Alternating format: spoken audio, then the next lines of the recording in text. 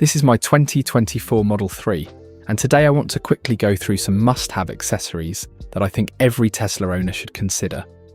First up is a tray organizer for the center console. For some reason Tesla doesn't include one, so if you don't add one yourself, you're left with this massive space that isn't really possible to organize, and you'll just end up with a big mess down there. I personally like to keep a pen in my car, and this tray has a perfect spot for that. Besides that, I don't really have much else. I have a bit of spare change, a pair of sunglasses, and that's pretty much it.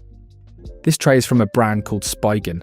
I'm not quite sure if that's how you pronounce it, but you can find it on Amazon for around €25. Just search for Spigen Model 3 Organizer, and it should come up. What I like is that it has this small, subtle carbon fibre detail, and that the inside is covered with a nice thick rubber pad to keep your items from sliding around. It also has a nice weight to it, so it really feels proper high quality. I can definitely recommend this if you want to keep things a bit more organised in your centre console. Next up are floor mats, which apparently is a big topic when it comes to Teslas. While I didn't mind the original Tesla mats, they just don't quite protect so well, and the fit could probably be better, especially in the back. Now, as I removed the old mats, I quickly wanted to do a disclaimer. Since I've started my channel, a lot of Tesla accessory companies have gotten in touch with me, asking me to review their products. In full transparency, I always declined all of these companies. I didn't need any of the accessories they sold, and I wasn't going to produce videos just for the sake of getting a few free accessories. My goal of this channel was always to create honest and genuine content. While almost every Tesla shop out there sells rubber floor mats, the shop Yeslak were the first where I saw rubber mats with carpets on top. This to me was really interesting, as I'm not the biggest fan of just rubber mats. While it's certainly practical, I feel that it removes the luxury feel of a car.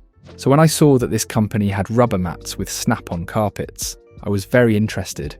I told them the only way I would work with them was that I'd only promote products that I'm genuinely impressed with. And if I wasn't satisfied with their products, then I wasn't going to feature them in a video. Without any pushback, they accepted my terms, which I have to say I really commend them for. Now, they sent two different types of mats.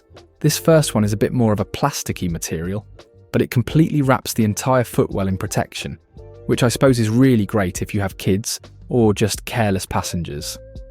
Installing the mats is a bit of a fiddle, as they really do wrap completely around, as you see. There's Velcro all the way around, securing them to the felt of the interior. With these mats, you'll definitely keep the inside of your car very well protected. And as I mentioned, the key highlight of these are the snap-on carpets you can easily remove with a few clicks. I think these are great if you want that extra bit of protection, especially if you have young kids jumping in and out with their muddy shoes on. Now, in full transparency, the mats do feel a bit too plasticky to my liking. But with the full wrap protection, I'll probably still use them once our kid gets a bit older. It's just a very practical set of mats, and they offer incredible protection of the car's carpet. This type of mat is also available for the Frunk, and that's definitely something I'd also recommend. It's also available for the boot of the car. It has a thinner point in the middle, so that you can split it open and still easily get access to the subcompartment. There's even a third mat for the subcompartment. Unfortunately, I forgot to remove the stuff out to show you. Now let me pull out these and show you the other pair, which I'm actually more of a fan of. The concept is still the same, being rubber mats with snap-on carpets. But these I personally think are a bit higher quality. While they don't fully wrap around the interior, the rubber itself does feel much nicer, and I personally prefer the look of how they look inside. They wrap just as tightly, and the fit and placement of these are honestly perfect. These are definitely the most practical and best looking mats I've seen for Teslas. Going back to the Frunk again, I also got this pair of cooler bags from Yeslak that I think are really practical. Even if you don't want to use them for storing cold or warm items, they work great as a storage divider. And again, they protect the hard plastic of the sides of your front compartment. I suppose you could even use them as regular travel bags if you wanted. While I'm not a cooler bag expert, the cooling material itself feels of high quality. It's really nice and thick, and it's definitely better than any cooler bags I've used in the past. So yeah, for anyone that wishes to organise their things up front, I can easily recommend these. By the way, their latest model is much better shaped to the compartment. If you're interested, do check out their website. If you're going to order anything, do check out the discounts they offer directly. And in case they're less than 25% off, you can just use the code FENCH25 for getting at least 25% off your order. Since Tesla stopped including the regular wall charger with new cars, I was happy to receive one from the company called EV Dance. Again, I told them if I wasn't happy with the product, I wouldn't feature it. However, since I have no complaints, I don't mind giving them a quick plug. There's really not much to say though. It comes in this nice little storage bag with a 6.1 meters long charging cable. I suppose an important highlight is being able to limit the charging current directly from the charger itself. While that isn't a problem for Teslas, as we can limit the current from the car, I know that it's not possible with other EV brands. So that's a really important safety feature, as when running a charger from a regular wall outlet, I honestly wouldn't want to risk charging with more than 6 amps continuously. There's just a lot of heat generated, and if you're not sure of the wires and the electrical system, I really wouldn't recommend charging with more. So that's a really good safety feature.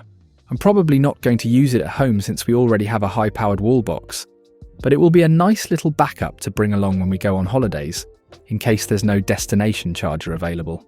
I suppose this is the EV world's type of spare canister that you keep in the car.